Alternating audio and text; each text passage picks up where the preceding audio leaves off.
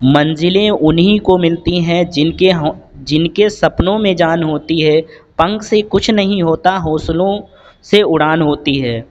तो इसको अच्छे से क्वाइट्स को ध्यान में रखते हुए हम लोग आगे बढ़ते हैं। और आपको जैसे पता है, मंजिल उन्हीं को मिलती है जिनके सपनों में जान है। यदि आपके सपने अच्छे हैं, सपने बुलंद हैं, और आपके सपने इतने ज़्यादा बुलंद हैं कि आपको बैठने नहीं देते हैं, तो ये समझ लीजिए कि आप सफलता बहुत ही जल्द अचीव करने वाले हैं। तो आज हम भारतीय संविधान पार्ट 1 लेके आए हैं।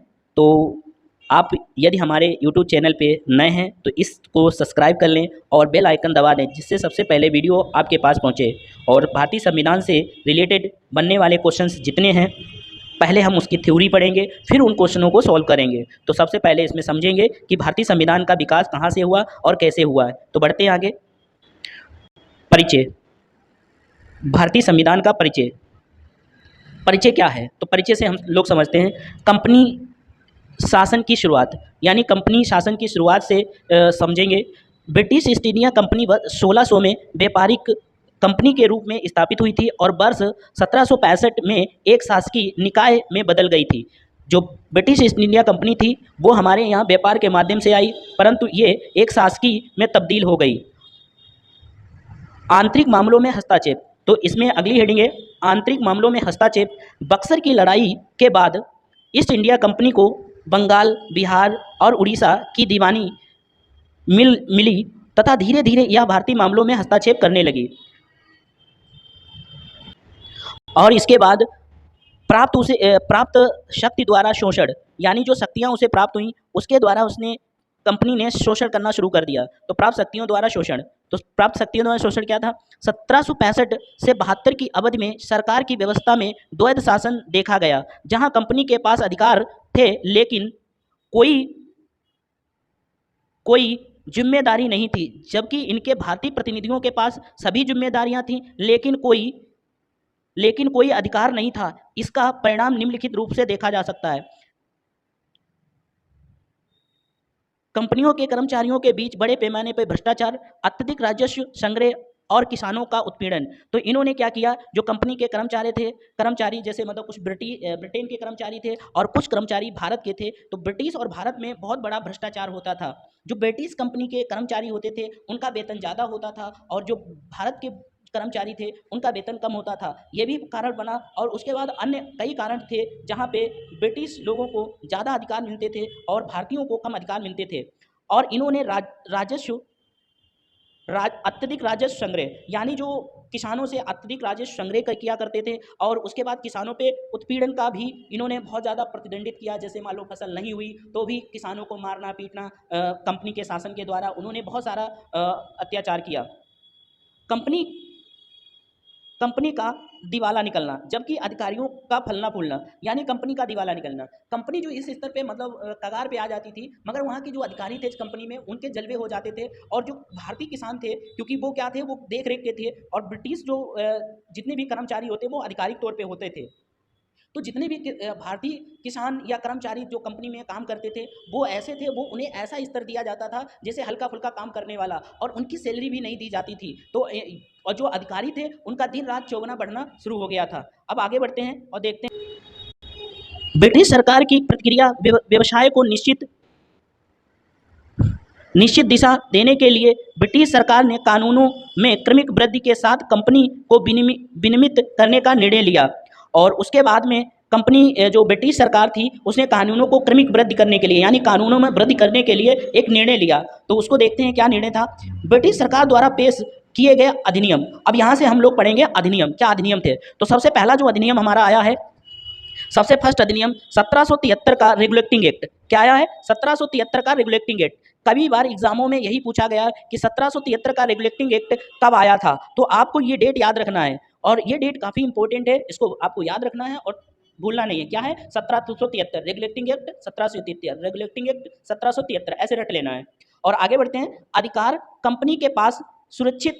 इस अधिनियम ने कंपनी को भारत में अपनी क्षेत्रीय संपत्ति बनाए रखने की अनुमति दी, लेकिन कंपनी गतिविधियों और कामकाजों को विनिमय करने की। आगे बढ़ते हैं। नेक्स्ट क्वेश्चन है इसका, भारतीय मामलों पर भारतीय मामलों पर नियंत्रण। इस अधिनियम के द्वारा माध्यम से पहली बार ब्रिटिश कैबिनेट को भारतीय मामलों पर नियंत्रण रखने का अधिकार दिया गया था। तो आपसे एग्जाम में ये क्वेश्चन पूछा जाता है कि किस अधिनियम के द्वारा भारतीय मामलों पर कैबिनेट को जो मामले होते थे भारतीय मामलों पर नियंत्रण करने का अधिकार कब मिला। तो ये 1773 मिला है। तो इसे आपको याद रखना है। गवर्नर जनरल का परिचय। अब बढ़ेंगे आगे और देखेंगे क्या है गवर्नर जनरल का परिचय, यानी गवर्नर जनरल का परिचय क्या था। इसे बंगाल के गवर्नर जनरल के पद को बदलकर बंगाल के जो जनरल होते थे गवर्नर जनरल, उन्हें बंगाल के गवर्नर जनरल बोलना जाने लगा। मतलब इस पॉइंट को आप ऐसे याद रख सकते हैं कि बंगाल के गवर्नर को उस समय बंगाल के गवर्नर बोले जाते थे और इसका नाम बदलकर बंगाल के गवर्नर जनरल कर दिया गया। तो क्वेश्चन ऐसे बन सकता है कि बंगाल के गवर्नर जनरल बंगाल के गवर्नर को बंगाल का गवर्नर जनरल कब से कहा जाने लगा, किस अधिनियम के तहत कहा जाने लगा। तो आपको याद रखना है 1773 अधिनियम के तहत इन्हें कहा जाने लगा। दूसरा इसमें यह बदलाव हुआ, बंगाल में प्रशासन जनरल गवर्नर जनरल और 4 सदस्यीय एक परिषद द्वारा चलाया जाना था। यानी इसमें एक गवर्नर जनरल होता था और 4 सदस्यों वाली एक परिषद द्वारा गठित किया गया था। वैरन हेस्टिंग को बंगाल का पहला गवर्नर जनरल बनाया गया। तो ये कई बार एग्जाम में क्वेश्चन पूछा गया कि बंगाल का पहला गवर्नर जनरल कौन था। तो पहला गवर्नर जनरल वैरन हेस्टिंग था, बंगाल का पहला गवर्नर जनरल। बॉम्बे और मद्रास के गवर्नर अब बंगाल के गवर्नर जनरल के अधीन कार्य करते थे। और ये भी बहुत बड़ा बदलाव हुआ कि बॉम्बे और मद्रास के गवर्नर अब बंगाल के गवर्नर जनरल के अधीन कार्य करते थे। अगला है पॉइंट सुप्रीम कोर्ट की स्थापना। तो सुप्रीम कोर्ट की स्थापना, बंगाल में एक सुप्रीम कोर्ट की स्थापना हुई जिसमें अपीली क्षेत्र अधिकार शामिल थे, जहां सभी मामलों का निर्णय की मांग की जा सकती थी। अब आगे देखते हैं और क्या हुआ। इसमें एक मुख्य न्यायाधीश बनाया गया और 3 अन्य न्यायाधीश, यानी जो 1773 अधिनियम के तहत जो सुप्रीम कोर्ट बनाया गया उसमें एक मुख्य न्यायाधीश होगा और 3 न्यायाधीश होंगे। वर्ष 1781 में अधिनियम में संशोधन किया गया था और गवर्नर जनरल परिषद तथा सरकार के कर्मचारियों को अपने कर्तव्य का निर्वहन करते समय यदि कोई कृत्य करते हैं तो उन्हें अधिकार क्षेत्र से छूट प्रदान की जा सकती है। तो ये वाला पॉइंट भी आपको याद रखना है। अब आगे बढ़ते हैं, देखते हैं अगला पिट्स इंडिया एक्ट। ये पिट्स इंडिया एक्ट आया तो इसे याद रखना। पिट्स इंडिया एक्ट ये अपने आप में क्वेश्चन है। 1784 में पिट्स इंडिया एक्ट आया, यानी दोहरी नियंत्रण प्रणाली। क्या है? दोहरी नियंत्रण प्रणाली। इसने ब्रिटिश सरकार और ईस्ट इंडिया कंपनी द्वारा नियंत्रण को दोहरी प्रणाली की स्थापना की। और आगे देखते हैं और क्या इसमें बदलाव हुए। दूसरा बदलाव, कंपनी राज्य का एक अधीनस्थ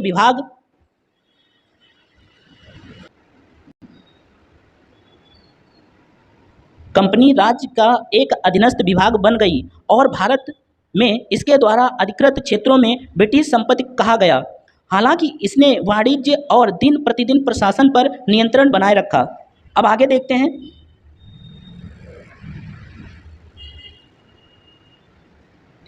निदेशक मंडल और नियंत्रण बोर्ड की स्थापना। निदेशक मंडल और नियंत्रण बोर्ड की स्थापना इसी में की गई थी, पिट्स इंडिया एक्ट 1784। नगर, सैन्य और राजस्व मामलों पर नियंत्रण रखने के लिए कंपनी के एक बोर्ड ऑफ कंट्रोलर का गठन किया गया, जिसमें शामिल थे राजकोष चांसलर और राज्य का एक सचिव। ये 2 इसमें शामिल हुआ करते थे। आगे देखते हैं। प्रीवी काउंसिल के 4 सदस्य क्राउन द्वारा नियुक्त किए गए। महत्वपूर्ण राजनीतिक मामले ब्रिटिश सरकार के सीधे संपर्क में 3 निदेशक की एक गुप्त समिति के लिए आरक्षित थे। गवर्नर जनरल और कमांडर इन चीफ बनाए गए। गवर्नर जनरल की परिषद को कमांडर इन चीफ सहित 3 सदस्यों तक सीमित कर दिया गया था। वर्ष 1786 में लॉर्ड कॉर्नवालिस को गवर्नर जनरल और कमांडर इन चीफ दोनों की शक्ति प्रदान कर दी गई थी। और आगे देखते हैं चार्ट अधिनियम 1793, यानी चार्ट अधिनियम 1793 ये अपने आप में क्वेश्चन है। तो चार्ट अधिनियम कब आया? 1793। गवर्नर जनरल की शक्तियों का विस्तार। गवर्नर जनरल की शक्तियों का विस्तार कैसे हुआ इसे देखते हैं। इस अधिनियम ने लॉर्ड कॉर्नवालिस को उनकी परिषद पर जो शक्ति प्रदान की, उन्हीं शक्तियों का विस्तार भविष्य के सभी गवर्नर जनरल और प्रेसिडेंसी के गवर्नरों को किया गया। अगला पॉइंट है वरिष्ठ नागरिकों की नियुक्ति। तो वरिष्ठ नागरिकों की नियुक्ति कैसे हुई थी ये भी देखते हैं, समझते हैं अच्छे से। गवर्नर जनरल, गवर्नर और कमांडर इन चीफ की नियुक्ति के लिए शाही अनुमोदन अनिवार्य था, यानी इसमें शाही अनुमोदन अनिवार्य था। कंपनी के वरिष्ठ अधिकारियों को बिना अनुमति के भारत छोड़ने पर रोक लगा दी। ऐसा करना इस्तीफे के रूप में माना जाएगा। आगे बढ़ते हैं। अधिकारियों का भुगतान। तो अधिकारियों का जो भुगतान था इसमें भी बदलाव हुआ। इस निर्धारण किया गया, ऐसा निर्धारण किया गया कि नियंत्रण बोर्ड के सदस्यों और उनके कर्मचारियों को भारतीय राजस्व से भुगतान किया जाएगा। यह वर्ष 1919 तक लागू रहेगा। कंपनी को सालाना 5 लाख पाउंड का भुगतान ब्रिटिश सरकार को करना होगा। ऐसा कंपनी को 5 लाख पाउंड ब्रिटिश सरकार को करना होगा। अब देखते हैं आगे। चार्टर अधिनियम 1813। चार्टर अधिनियम 1813 अंग्रेज व्यापारियों की मांग, मतलब अंग्रेज व्यापारियों, जो चार्टर अधिनियम 1813 है इसमें क्या गया, यानी जो व्यापारी हो वो अंग्रेजी होने चाहिए। अंग्रेजी व्यापारियों ने भारतीय व्यापारियों में हिस्सेदारी की मांग की। जो अंग्रेजी व्यापारी थे उन्होंने कहा कि भारतीय व्यापारियों में हम हिस्सेदारी लेंगे। यह मांग विशेष रूप से नेपोलियन बोनापार्ट की महाद्वीपीय प्रणाली के कारण व्यापार के अनुसार मद्देनजर की गई थी, इसने इंग्लैंड को व्यावसायिक रूप से बेहद नुकसान पहुंचाया था। एक बार दोबारा पढ़ते हैं इसे और समझते हैं। अंग्रेजी व्यापारियों की मांग। अंग्रेजी व्यापारियों ने भारतीय व्यापारियों से हिस्सेदारी मांग की। यह मांग विशेष रूप से नेपोलियन बोनापार्ट की महाद्वीपीय प्रणाली के कारण व्यापार के नुकसान के मद्देनजर की गई थी, जिसने इंग्लैंड के व्यावसायिक रूप में बेहद नुकसान पहुंचाया था। आगे देखते हैं।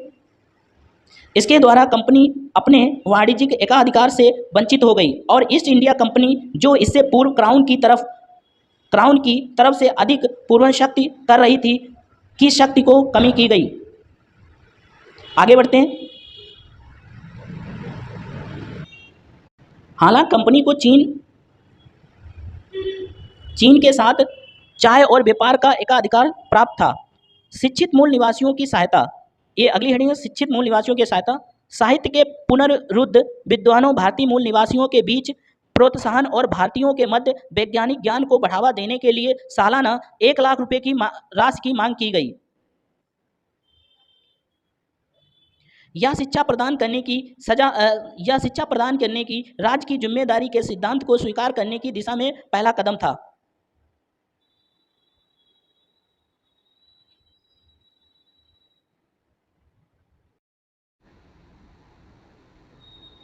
चार्टर अधिनियम 1833।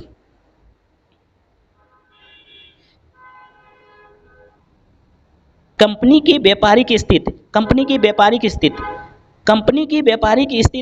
कंपनी को प्रदान की गई 20 साल की सीज, मतलब 20 साल की लीज, जिसमें प्रदेश पर एकाधिकार राजस्व संग्रह था, को आगे बढ़ा दिया गया। हालांकि चीन के साथ चाय और व्यापार पर कंपनी का एकाधिकार समाप्त हो गया।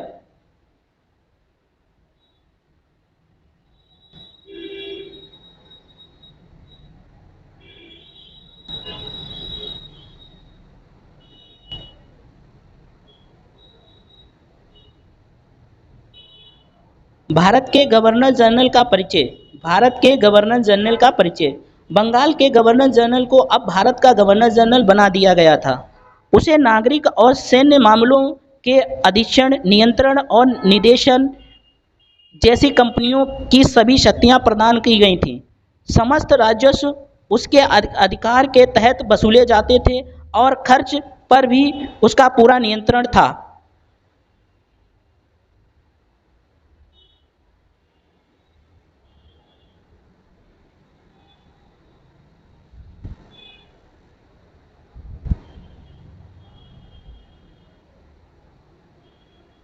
चार्टर अधिनियम 1853। कंपनी की व्यापारिक स्थिति।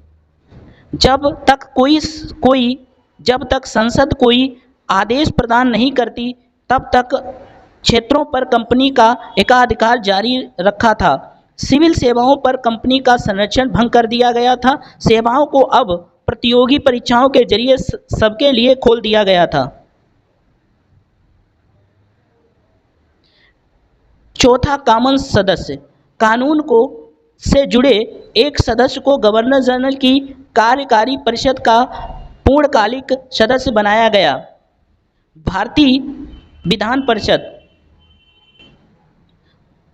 भारतीय विधायिका में स्थानीय प्रतिनिधि का प्रावधान किया गया। इस विधायी विंग को भारतीय विधान परिषद के रूप में जाने लगा।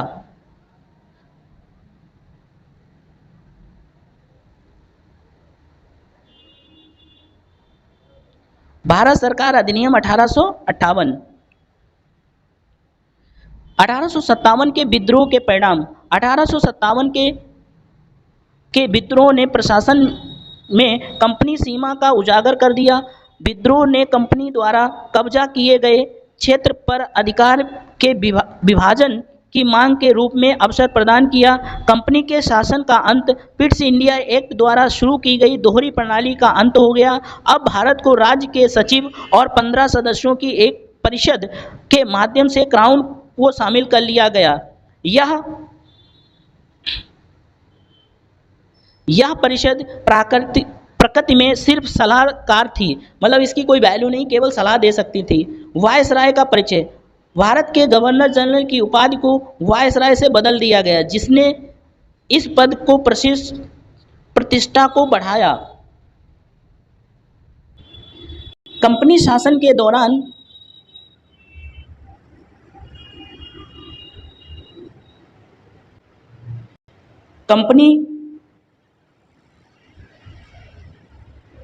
कंपनी शासन के दौरान गवर्नर जनरल द्वारा किए गए सुधार। लॉर्ड कॉर्नवालिस 1786 से 1793 वह सिविल सेवाओं को अस्तित्व में लाने और व्यवस्थित करने वाले पहले व्यक्ति थे, जिन्होंने जिला फौजदारी न्यायालयों को समाप्त कर दिया और कलकत्ता, ढाका, मुर्शिदाबाद तथा पटना में सर्किट अदालतों की स्थापना की। Cornwallis code. इस कोड के तहत कार्य किए गए राजस्व और न्याय प्रशासन का पृथक्करण। यूरोपीय विषयों में हस्तक्षेप। विलियम बेंटिक, गवर्नर जनरल 1828 से 1833। उन्होंने 4 सर्किट अदालतों को समाप्त कर दिया और उनके कार्य कलेक्टर को हस्तांतरित कर दिए। उच्च प्रांतों के लोगों की सुविधा के लिए इलाहाबाद में एक सदर दीवानी अदालत और एक सदर निजामत अदालत की स्थापना की। अंग्रेजी भाषा ने अदालतों की आधिकारिक भाषा फारसी स्थान लिया। इसके अलावा मुकदमा आने वाले को अब अदालतों में फारसी या स्थानीय भाषा का उपयोग करने का विकल्प प्रदान किया गया था। तो संविधान के ये जो कुछ इम्पोर्टेंट क्वेश्चन हैं, इनको हमने अच्छे से कवर किया है और जो भी फैक्ट